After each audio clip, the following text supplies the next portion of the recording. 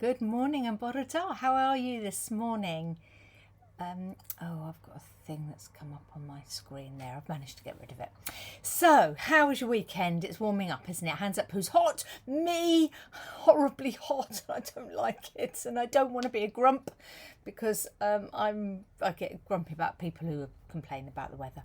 But I'm such a hypocrite. I am just a little bit warm.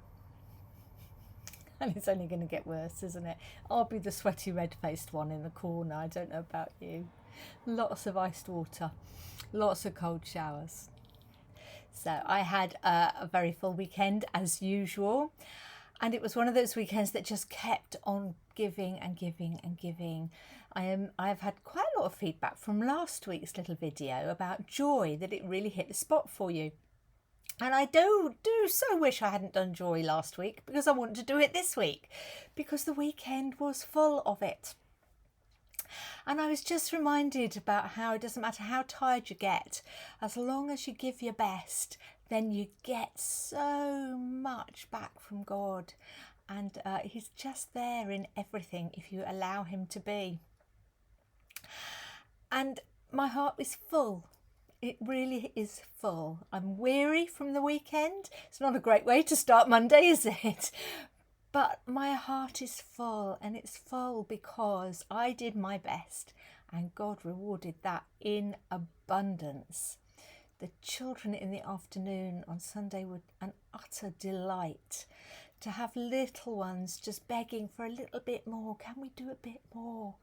And wanting to write prayers and hang them on a little tree. And one of the children came up to me. She said, Sally, I love this church. And I said, I do too. And then I said, do you know who it belongs to? She said, no. And I said, it belongs to you. It's your church. And her eyes just opened wonderfully wide. And I thought, she's going to have to go away and think about that.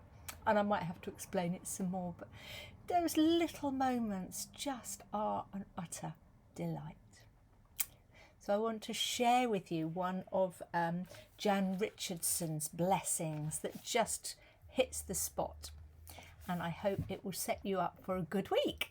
So nice and short this morning, but let me read this blessing and then let you on your way. It's called A Blessing for After. This blessing is for the moment after clarity has come.